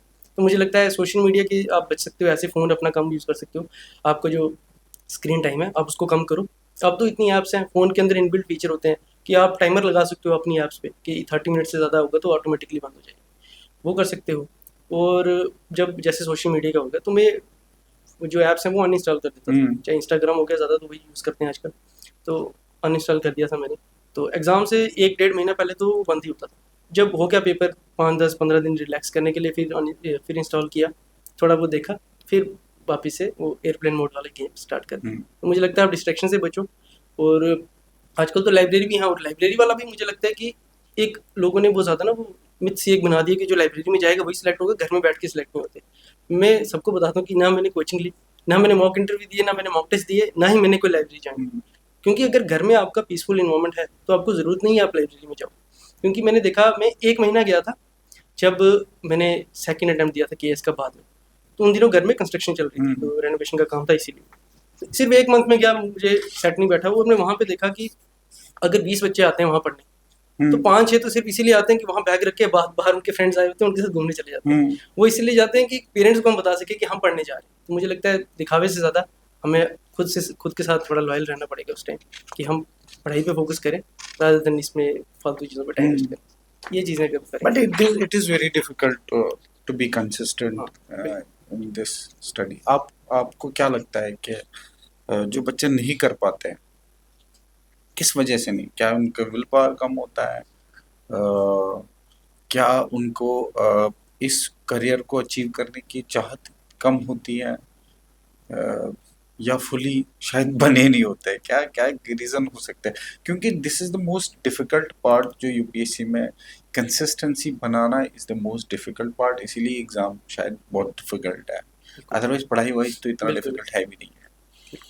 तो जो नहीं कर पाते कंसिस्टेंसी मेंटेन, तो आपको क्या लगता है कि क्यों नहीं कर पाते? जैसे आपने बोला कि आपने एरोप्लेन मोड में लगा हुँ, दिया, पेरेंट के हुँ, आपने ट्रिक्स खेली हाँ, अपने माइंड के साथ, जैसे वो हुँ, थ्री इडियट में हुँ, बोलते हैं कि डराओ दिमाग को। हाँ, बिल्कुल। तो बट जो ऐसा नहीं कर पाते, किस चीज़ की कमी होती है जिसकी वजह से वो नहीं कर पाते? कंसिस्टेंसी डेवलप करना तो मुझे लगता है टाइम भी लगता है, और ये डेली रूटीन के अंदर आपके अंदर जब आप उसको इनकलकेट करोगे वैल्यू को, तभी आपके अंदर आएगी। हुँ, बट अगर आप लॉन्ग टर्म हो गया, अगर आपको 1 साल हो गया, 1.5 साल हो गया, आप मतलब रेगुलरली पढ़ ही नहीं पा रहे हो, तो मुझे लगता है फिर उसमें एक बड़ा मेजर फैक्टर ये हो सकता है कि आपके अंदर वो हंगर नहीं है उस एग्ज़ाम के लिए, कि आप चाहते नहीं हो कि मैं इसमें हूँ। क्योंकि जब एग्ज़ाम होता है, आपके अंदर एक मुझे लगता है डर होना बड़ा ज़रूरी है, किसी भी हुँ, एग्ज़ाम में अच्छा करने के लिए। जब आपके अंदर वो डर होता है, फ़ियर होता है कि ये एग्ज़ाम आने वाला है, मेरी प्रिपरेशन इतनी है और मुझे बहुत पढ़ना है अभी, और अगर नहीं होगा तो मेरे स्कोर कम आएगा, या मैं सक्सीड नहीं हो पाऊँगा, या फेल हो जाऊँगा, कुछ भी।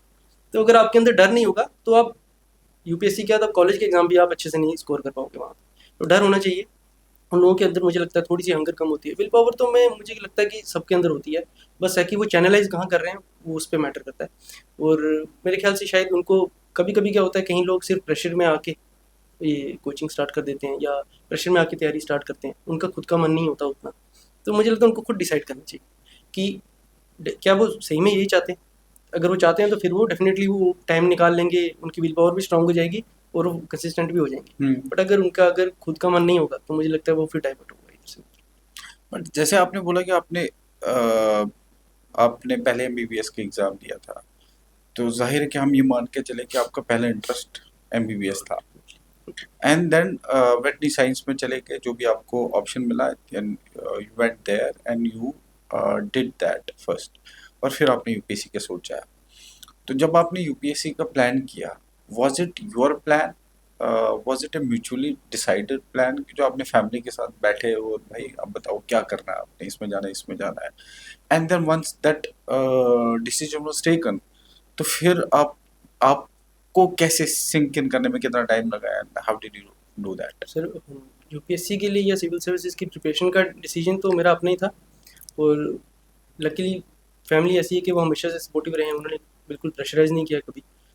बट हाँ, उनके साथ डिस्कस तो मैं करता ही था कि क्या करना चाहिए। तो फादर ने भी यही बोला था कि ठीक है, 1-2 बार अटेम्प्ट करके देख लो, अगर हो जाता है तो, नहीं तो फिर प्लान बी पे शिफ्ट होंगे, क्योंकि ज़्यादा टाइम भी हम वेस्ट नहीं कर सकते इस एग्ज़ाम के पीछे। उन्होंने यही सुना था भैया से या बाकियों से भी कि डिफ़िकल्ट तो होता है, कभी-कभी 3-4-5 अटेम्प्ट भी लग जाते हैं। लगता है। तो मेरा मेरा भी यही मानना था, और भैया ने भी यही कहा था कि कोई नहीं, एक बार ट्राई तो करो, अपनी जो आपकी कैपेबिलिटीज़ हैं उसको आज़मा के तो देखो। तो फिर पहले तो कॉलेज तक तो मेरा मन नहीं था। मेरा तब मन होता था मैं आरबीआई ग्रेड बी का एग्ज़ाम दूँगा। हम्म, तो बट फिर मैंने वहाँ देखा, वहाँ क्वांट और रीज़निंग बहुत ज़्यादा वेटेज रखती है एग्ज़ाम हम्म, में। मैंने कहा ये तो मेरा वैसे भी वीक स्पॉट है, तो मैंने कहा मैं ये तो कर नहीं पाऊँगा। फिर मैंने शिफ्ट किया कि और क्या मैं सोच सकता हूँ। तो प्रैक्टिस में, वेटरनरी की प्रैक्टिस में मेरा इतना इंटरेस्ट नहीं था। एज़ ए सब्जेक्ट अच्छे हैं, बट प्रैक्टिस जो फील्ड में जाके करने में मुझे इतना ज़्यादा इंटरेस्ट नहीं था। तो फिर मैंने सोचा कि सिविल सर्विस ऑप्शन है, और भैया को देखा तो भैया से इंस्पिरेशन ली कि हम्म। अगर गाइडेंस मिल जाएगी, तो फिर मैं भी थोड़ा मेहनत करके देख लेता हूँ। तो वहाँ से था ना, जैसे कुछ लोगों का बचपन का ड्रीम होता है, मेरा बचपन का ड्रीम नहीं था, मुझे पुलिस में जाना था तब। हम्म। और आयरनी ऐसी है कि अभी मैंने पुलिस रखी भी नहीं प्रेफरेंस में। तो बचपन में शौक था, फिर भैया को देखा, फिर शौक खत्म हो गया। फिर मैंने शिफ्ट कर लिया कि नहीं हुआ नहीं।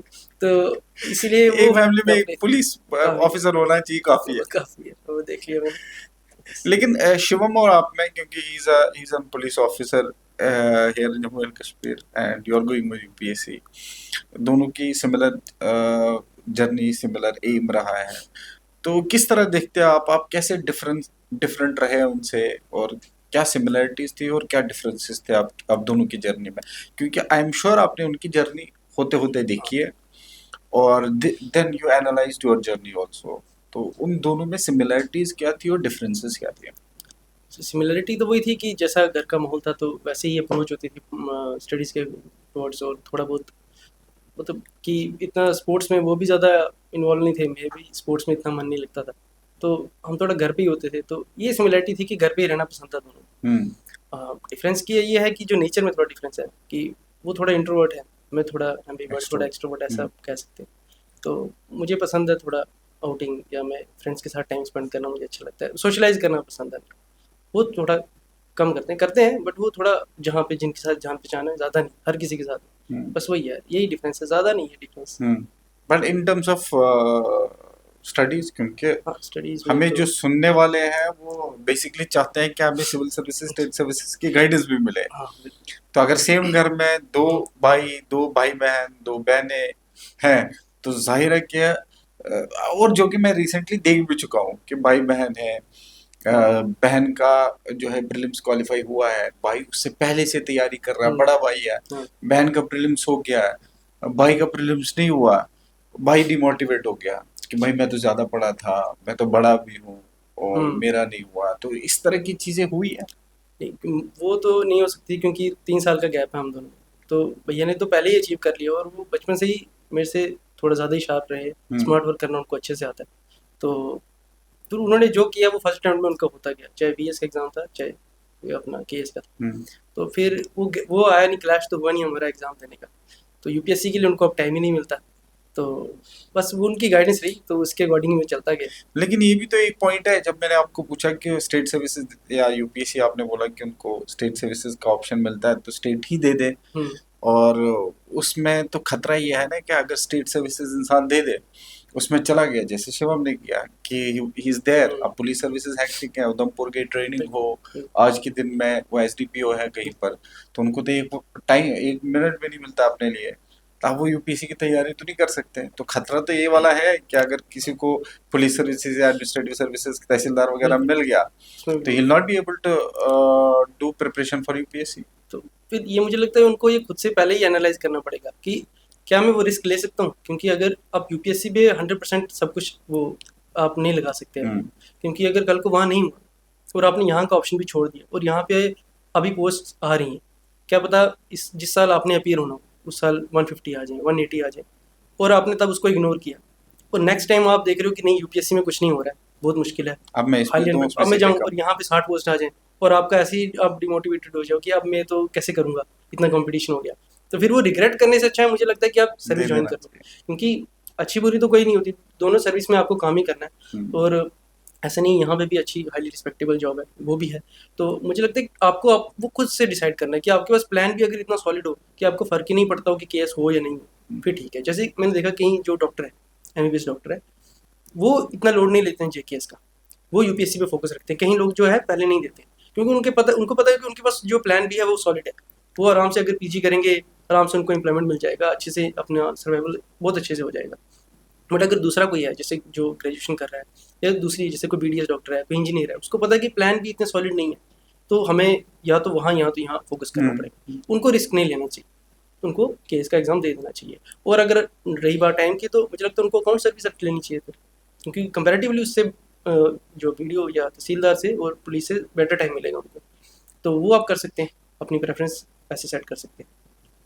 अब अगेन जैसे मैंने बोला कि आपने आपके पास वैरायटी है, एज कम है बट वैरायटी ज़्यादा है, you qualified so many exams और highest exams also in the country जो यूपीएससी आपने क्वालिफाई किया है। मैं ये जानना चाहूँगा तीनों का रिजल्ट आपके आया होगा और बारी बारी आपने तीनों खुशियाँ एक्सपीरियंस की है। आपका वेटरनरी साइंस का जब रिजल्ट आया, जब आप असिस्टेंट सर्जन बने, तो उस टाइम का रिजल्ट आया, उस टाइम का माहौल कैसा था? स्टेट सर्विसेज का रिजल्ट आया, वो रिजल्ट आपने शेयर किया या आपके साथ किसी ने शेयर किया, वो माहौल कैसा था? And then UPSC and the difference society के पर्सपेक्टिव से हर बार में आपने फील डिफरेंस क्या किया, स्पेशली फिर बाद में यूपीएससी। तो सबसे ज़्यादा खुशी तो आपकी फर्स्ट जॉब पे होती है हमेशा, वो मुझे लगता है ऐसा। हम्म। और पहली थी मेरी बीएस की। हम्म। तो क्योंकि 2 ढाई ढाई साल से ज़्यादा का गैप था और मैं घर पे था, सेल्फ स्टडी कर रहा था, तो आपके अंदर दिमाग में कहीं न कहीं आपको स्ट्रेस बिल्डअप हो जाता है। तो वो जो पहली जॉब थी, जब उसका रिज़ल्ट आया था, वो मैंने खुद ही देखा था, मुझे पता था उस दिन आएगा। हम्म। क्योंकि वो पीएससी की वेबसाइट ही ऐसी कर रही थी बिहेव, तो मुझे लगा कि आज रिज़ल्ट रिजल्ट अपलोड होना आए। है शायद। तो फिर मैं बाहर ही था, घर से बाहर था मैं, तो मैंने ऐसे ही ओपन किया तो आया वो था रिज़ल्ट। तो मैंने देखा और ऊपर से रैंक भी अच्छा था, 5th रैंक था, तो मुझे खुशी हुई। तो पहला कॉल मैंने भैया को ही किया था। तो क्योंकि जो मेरी एजुकेशन वाली जो प्रिपरेशन वाली सारी जर्नी है वो भैया के इर्द गिर्द ही है। हाँ। तो उनकी गाइडेंस के बिना मुझे लगता है ना मैं वेटनरी डॉक्टर होता, ना केएस, ना यूपीएससी। तो फिर भैया को कॉल किया, फिर घर पे कॉल किया माँ बाबू, फिर उन्होंने कहा कि आ जाओ घर। तो मुझे लगता है वो खुशी जो है, जो वेटनरी की जो मेरी जो सिलेक्शन थी, वो मुझे सबसे ज़्यादा, सबसे स्ट्रॉन्ग जो फीलिंग थी वो उसी दिन थी। हाँ। उसी दिन इमोशनल भी था, उसी दिन खुश भी था, तो घर वाले भी उस दिन सेम थे। बट जब सेकंड उसके बाद रिजल्ट यूपीएससी का आया था पहले, पहले क्योंकि यूपीएससी। 6 मार्च को उस दिन मेरा केएस का इंटरव्यू था। मैं अंदर इंटरव्यू देने जाने वाला था, तो उसी टाइम रिजल्ट आया था। और मेरे साथ जो मोहम्मद सरफराज चौधरी और मैं, हम दोनों बैठे थे। तो हम दोनों रिजल्ट नहीं देख रहे थे। हमने कहा अगर ये देखा तो नहीं हुआ तो गड़बड़ हो उधर जाएगी। जाके फिर थोड़ा ऐसे वहाँ पे इम्पैक्ट ना पड़े, तो क्या पता ये वाला इंटरव्यू भी खराब हो जाए। हमने रिजल्ट नहीं देखा, बट बाकी जो थे वो बात कर रहे थे आपस में। तो और लकीली हम दोनों ने देखा और हम दोनों का ही नाम था लिस्ट में। हाँ, सरफराज का भी और आपका भी। हाँ। तो अब क्या हुआ कि वहाँ पे किसी ने मुझे डॉक्यूमेंट वेरिफिकेशन कराते टाइम, वो थे जो सौरभ शर्मा। तो तो उनका मेरा इंटरव्यू भी साथ था और रैंक भी साथ साथ है लिस्ट में।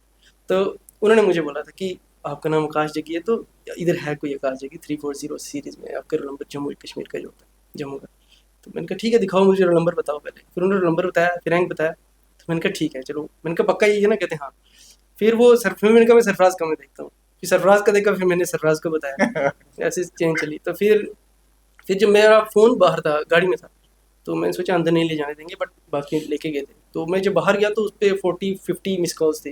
वो सभी चालीस रिलेटिव्स पचास की, कौन सा। सभी रिलेटिव, सभी फ्रेंड। तो मुझे लगा पक्का फिर मेरा ये है नाम। अब अंदर चलो नहीं भी अगर कंफर्मेशन थी तो अब तो यही है। फिर भैया को ही कॉल की पहले ही। हाँ। फिर भैया के सीनियर है उनसे बात की, जो आईआरएस हैं, फरहान सर। तो उनसे बात की, उनका भी कॉल आया था। फ्रांस है। हाँ। हाँ। तो उनके बैचमेट थे ना पहले, फिर हम्म। आईआरएस। तो फिर बाकी फिर फैमिली का। फिर उसके बाद 13 को मेरे ख्याल से रिजल्ट आया था, 13 मार्च को केएस का। तब मैं अपनी कज़न सिस्टर के पास था, अपनी जो उनके मिलने गया था मैं, ऐसे जो गायनेकोलॉजिस्ट। तो वहाँ बैठा, तो वहाँ भी भैया का ही कॉल आया था। भैया ने रिजल्ट देखा था पहले, तो भैया ने बोला, पर उसमें मुझे कुछ ज़्यादा इतना फील नहीं उस हुआ। टाइम तो तो मैंने उस कहा टाइम ठीक तो है। ऑलरेडी हो चुका था ना। हाँ, तो मैंने कहा ठीक अगर है। अगर यही आपको केस का मिल जाता हाँ, तब तो आपको 3 खुशी मिलती है। हाँ। हाईएस्ट लेवल की खुशी तो ऑलरेडी मिल चुकी थी, उससे कम की खुशी में ज़ाहिर है खुशी थी, हाँ, लेकिन खुशी थी। मैंने कहा हाँ। ठीक है, चलो अच्छा है। फिर मैंने कहा चलो लेकिन जाओ। It is amazing to have brother like Shivam, कि डेफिनेटली। जो आप बोलते हो कि आपकी प्रिपरेशन का सारा श्रेय जो है, सारा क्रेडिट उनको जाता है, and then whatever you are right now is because of him. तो you are very blessed, we are all are very blessed कि we have a officer like him.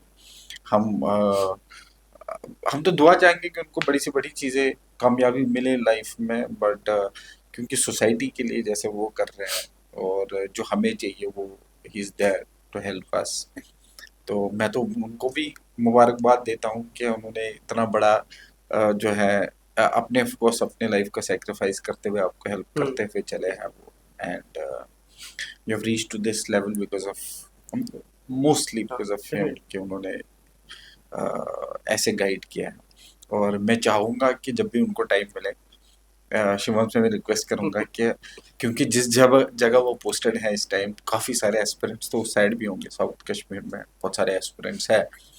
तो और साउथ कश्मीर में मैं चाहूँगा कि वो उनसे मिले जाके, जब भी उनके पास टाइम हो। मैं ये नहीं बोलूँगा कि नैग करो उनको, उनके ऑफ ड्यूटी में जब जब उनको टाइम मिले आप प्लीज़ इसी तरह बाकी बच्चों को भी गाइड करें और हेल्प करें, ताकि वो भी अपने जो है अपने मकाम तक सक्सेसफुल रहे लाइफ में। तो आकाश, काफ़ी सारी चीज़ें तो मैंने आपको पूछी हैं, प्रिपरेशन से रिलेटेड, गाइडेंस से रिलेटेड, ऑप्शन कैसे चूज करना चाहिए, या आपका अपना जो डिसिप्लिन रहा है उससे कैसे आपने ट्रांजिशन किया है।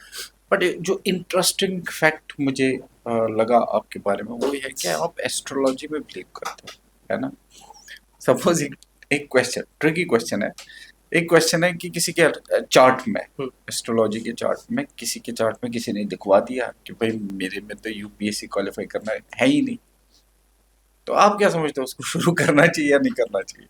उस पर डिपेंड करता है कि उसने चार्ट पढ़ाया किससे। हम्म। क्योंकि मुझे लगता है एक एस्ट्रोलॉजी भी एक साइंस है। क्योंकि जो हमारा एंसेस्ट्रल विजडम है वो मुझे लगता नहीं कि वो ऐसे ही होगा, कुछ ना कुछ उसके अंदर बात होगी तभी वो था।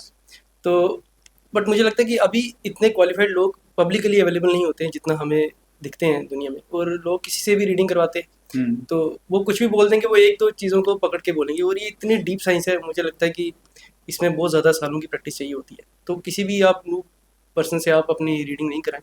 और रही बात अपना करियर चूज़ करने की, तो मुझे लगता है कि 100% कोई भी चीज़ आपको प्रेडिक्ट नहीं कर सकती है, क्योंकि इंसान के पास फ्री विल दी है ऊपर वाले ने, तो वो भी एक इम्पॉर्टेंट रोल प्ले करती है। तो अगर आपका इंटरेस्ट है और अगर आपके अंदर मेहनत करने की कैपेबिलिटी है, तो मुझे लगता है आपको जिस फील्ड में आपका इंटरेस्ट है उसमें जाना चाहिए। ये सब चीज़ें ये आपको भ्रम में डालती हैं, एक ऐसी इल्यूजन क्रिएट करते हैं कि ये नहीं हो सकता, वो नहीं हो सकता। आप एक आदमी के पास जाएंगे, वो अपनी फीस चार्ज करेगा, वो बोलेगा हाँ आप नहीं कर सकते, आपको कुछ और करना चाहिए। दूसरे के पास जाएंगे, वो बोलेगा नहीं बिल्कुल कर सकते हैं, ये बने ही आपके लिए, तो फिर क्या करें। तो इसलिए मुझे लगता है कि रादर देन ये जो चैटबॉट हैं, जो एआई मॉडल हैं, इनसे रीडिंग करवाना, या कोई भी जो इमेच्योर आदमी उनसे रीडिंग करवाने की बजाय आप अपनी मेहनत पे फोकस करें।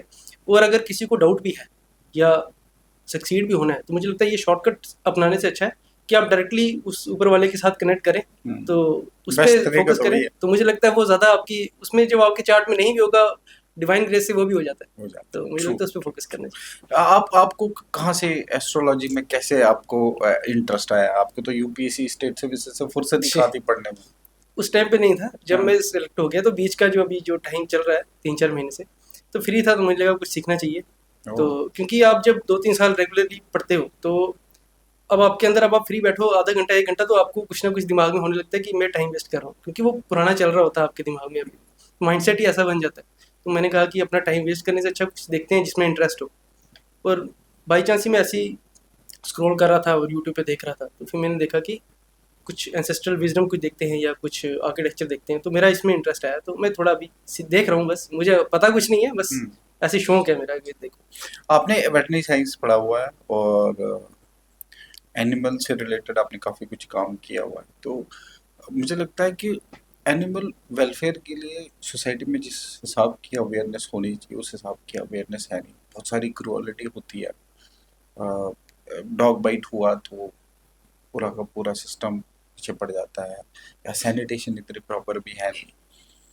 तो सोसाइटी को आपके हिसाब से, क्योंकि आप इस स्ट्रीम से हो, पढ़ाई की है इसमें आपने, तो आप क्या समझते हो कि इसको थोड़ा सा बेटर इन चीज़ों को कैसे किया जाए और लोगों को कैसे सेंसिटिव होना चाहिए एनिमल्स? सो मुझे लगता है कि एनिमल वेलफेयर जो है वो, उसके बारे में अवेयरनेस नहीं है। और मुझे लगता है कि जो हमारा स्कूल का जो करिकुलम है उसमें भी इसको ऐड करना चाहिए। ट्रू। एक मदर टंग, और मुझे लगता है जो एनिमल वेलफेयर है, ये दो चीज़ें होनी चाहिए। और तीसरी मैं चीज़ कहूँगा कि वुमेन सेफ्टी। ये 3 चीज़ों के बारे में स्कूल से ही बच्चों को पढ़ाना चाहिए। और इन तीनों चीज़ों में मुझे लगता है कि अभी कंडीशन इतनी अच्छी नहीं है, बहुत ज़्यादा रूम है, स्पेस है कि हम इम्प्रूवमेंट करें।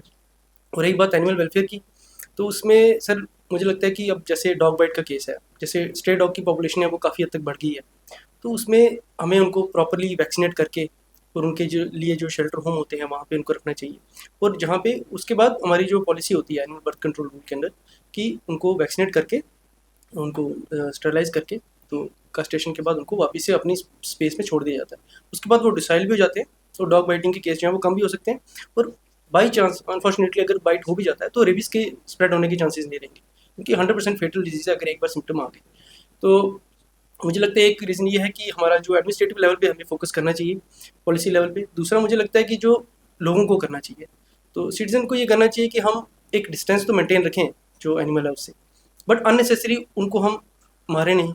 या देखते हैं कि स्ट्रीट में बच्चे बड़े लाठी लेके या पत्थर उन पे फेंकते हैं, वो नहीं करना चाहिए, क्योंकि उनके भी इमोशंस हैं, तो वो भी गुस्सा हो सकते हैं, तो वो ना चाहते हुए भी आप पे अटैक कर सकते हैं। तो मोस्टली अब मैंने जैसे नोटिस किया, हम कई बार जाते हैं कश्मीर में भी हम देखते हैं कि पॉपुलेशन ज़्यादा है, बट अगर डॉग अपनी जगह बैठे हैं, अगर आप उनसे एक डिस्टेंस मेंटेन करके चल रहे हैं, तो वो 99% आप पे अटैक नहीं करेंगे।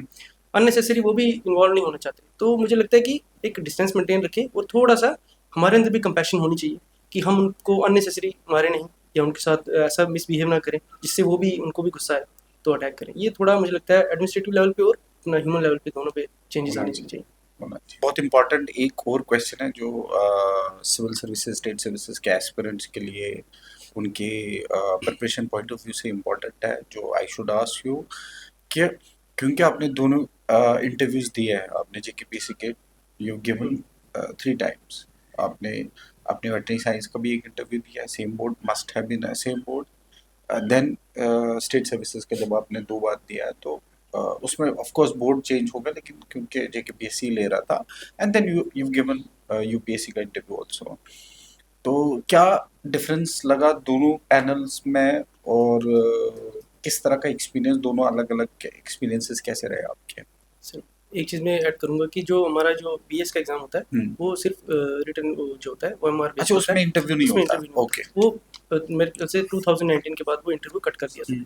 अब उसमें बट हाँ, आपकी बात सही है क्योंकि मैंने एडी फॉरेस्ट का जो है वो इंटरव्यू दिया था, हम्म। Assistant director forest protection force का। तो उसमें इंटरव्यू में यहाँ पे और वहाँ पे फ़र्क ये होता है कि माहौल अंदर अच्छा होगा, आपको बहुत कोऑपरेटिव होंगे। ऐसा नहीं है कि कोई जैसा यूट्यूब पे हम देखते हैं ये मिथ होती है कि वहाँ पे एक तो आपको बहुत ही हाई लेवल की इंग्लिश आनी चाहिए आपकी, वैसा नहीं होता।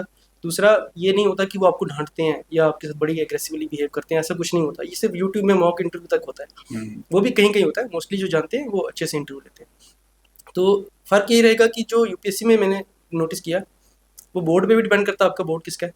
और जो मेरा बोर्ड था, मैंने ये देखा कि वो बहुत ही एनालिटिकल क्वेश्चन पूछते हैं। किनका बोर्ड था आपका? मेरा था शीलवर्धन सर का बोर्ड था मेरा। तो वो उसके लिए भी स्टोरी है कि मेरा लास्ट मोमेंट पे मेरा बोर्ड चेंज हुआ था। अब मुझे नहीं पता पहले मेरा कहाँ पे था बोर्ड, बट वो कह रहे थे किसी फीमेल का था बोर्ड पहले। तो लास्ट मोमेंट पे मेरा, हम 6 थे टेबल पे, लास्ट में मेरा शिफ्ट करके सर के पास आया। मुझे लगता है शायद अच्छे के लिए हुआ क्योंकि स्कोर तो अच्छा मिला सर से। और लेकिन उन्होंने क्वेश्चन भी बहुत अच्छे पूछे, मतलब कि हाईली एनालिटिकल, और मेरे डैफ के रिलेटेड जो मेरा प्रोफेशन था, जहाँ मैं पुंछ सिटी से था, पुंछ के बारे में पूछा। तो मतलब एनालिटिकल भी था, डिस्कशन भी थी। कुछ क्वेश्चन वो बता रहे थे, कुछ डिफिकल्ट बात थी, तो उन्होंने कहा कि डिफिकल्ट है, हम जानते हैं, इसका आंसर एक नहीं है, ये ग्रे जोन का आंसर है। तो उन्होंने फिर खुद से बात की। तो मतलब अच्छा, बहुत एनालिटिकल, बहुत अच्छा कॉर्डियल माहौल था वहाँ पे। तो वहाँ पे एक्सपीरियंस तो बहुत अच्छा था। बाकी अगर हम जेकेएस की बात करें तो यहाँ पे दोनों बार मेरा बोर्ड था, राजीव सर का बोर्ड था। और तो वहाँ पे मैंने जैसे देखा कि यहाँ पे भी आपको बहुत अच्छे से बात करेंगे। आपके जो एक्सपर्ट आते हैं बाहर से, वो भी बहुत अच्छे से डील करते हैं, आपसे अच्छे क्वेश्चन पूछते हैं। टाइम स्पैन मुझे लगता है वहाँ से यहाँ पे कम लगाते हैं। वहाँ पे हार्डली मेरा 15 to 20 मिनट्स था, यहाँ पे 10 से 15 मिनट चला होगा। किसी का 15 से 20 भी चलता है, वो डिपेंड करता है उनके मूड पे या क्वेश्चन क्या पूछ रहे हैं वो। तो बट दोनों में माहौल बहुत अच्छा होता है। बस यहाँ पे थोड़ा सा फैक्चुअल हो सकता है एक्सपर्ट आप पे, और वो मुझे लगता है वो बोर्ड पे या एक्सपर्ट पे भी डिपेंड करता है। बोर्ड ने तो हमेशा एनालिटिकल पूछा, जो एक्सपर्ट आते हैं वो कभी कभी उनको मौका ज़्यादा मिलता है, तो वो कभी कभी आपसे फैक्चुअल क्वेश्चन पूछ लेते हैं। यहाँ जेकेपीएससी में बाहर आपको इतने फैक्चुअल क्वेश्चन नहीं। ठीक है, हमारा क्योंकि आप बहुत सारे क्वेश्चंस आपने कवर कर लिए, मोस्टली हमारे क्वेश्चंस कवर हो गया है जो एक एस्पिरेंट के पॉइंट ऑफ व्यू से होने चाहिए। अगर उसमें रह जाता है तो of course we can have you again later, कि अगर हमें कुछ ऐसी डिमांड आई जो कि लोगों को करना चाहिए, कि अगर उनको लगा कि कोई ऐसी चीज़ है कि जो कवर नहीं हुई है, स्पेशली प्रिपरेशन को लेके किस तरह। हाँ, एक इम्पॉर्टेंट क्वेश्चन है कि आपका एक जो मुझे लास्ट में पूछना है before I go to the next round, कि आपका सुबह से शाम तक का पूरा रूटीन कैसे रहता था तैयारी का? सर मेरा ऐसा था कि मैं रात को लेट नाइट ही पढ़ता था, मुझे सुबह उठ के पढ़ा नहीं जाता मेरे से। तो मैं सुबह, जैसे मैं रात को 3 बजे सोता था, तो सुबह 6 आवर्स की स्लीप तो मुझे लगता है ज़रूरी है, तभी आप अगले दिन अच्छे से पढ़ पाओगे। तो 9-9:30 में उठता था। उसके बाद फ्रेश होके तो ब्रेकफास्ट करके मैं 2-3 घंटे, जो लंच के और ब्रेकफास्ट का टाइम है, 3 घंटे उस टाइम पे पढ़ता था। फिर उसके बाद बचपन से ही आदत है कि एक आफ्टरनून नैप ज़रूरी होता है, क्योंकि फिर शाम को मुझे लगता है कि मेरा जो प्रोडक्टिविटी है वो अच्छी होती थी। तो फिर मैं आधा घंटा या 40 मिनट्स 45 मिनट्स तो मैं सोता था दोपहर को। तो उसके बाद फिर शाम का पूरा जो 4 बजे से या 4:30 से लेके डिनर के बीच का जो टाइम है, वो उस टाइम पे मेरी प्रोडक्टिविटी सबसे मैक्सिमम होती थी। वो आपको, जब आप अपनी प्रैक्टिस से करेंगे, आप स्टडी करेंगे, तो आपको आइडिया लग जाएगा कि कौन सा आपके लिए स्वीट स्पॉट है, जो जिस टाइम पे आपकी प्रोडक्टिविटी अच्छी है, एफिशिएंसी ज़्यादा है, आपका माइंड ज़्यादा शार्प है। तो वो मेरे लिए था, वो 4:30 से लेके 8:30 के बीच की विंडो। तो वो 4 घंटे में अच्छे से देता था। उसके बाद फिर डिनर के बाद फिर रात को ब्रेक लेता था मैं, जैसे अगर 9-9:30 हो गया। और मेरी आदत थी कि जो डिनर है वो मैं घर वालों के साथ करता था, लंच भी ब्रेकफास्ट भी, क्योंकि मुझे लगता है कि हम पढ़ाई में इतना इन्वॉल्व हो जाते हैं कि फिर कुछ होता नहीं है, कोई इंसान मिलना चाहिए जिससे आप बात शेयर करें या कोई और किसी और टॉपिक पर बात करें। तो आधा 1 घंटा मैं उनके साथ बैठता था, और उसके बाद फिर या कोई कॉल आ गई फ्रेंड की, उसके बाद 9:30 या 10 बजे से लेके जो 3 बजे की विंडो है, उसमें मैं बीच में थोड़ी ब्रेक लेता था 12-1 के आसपास।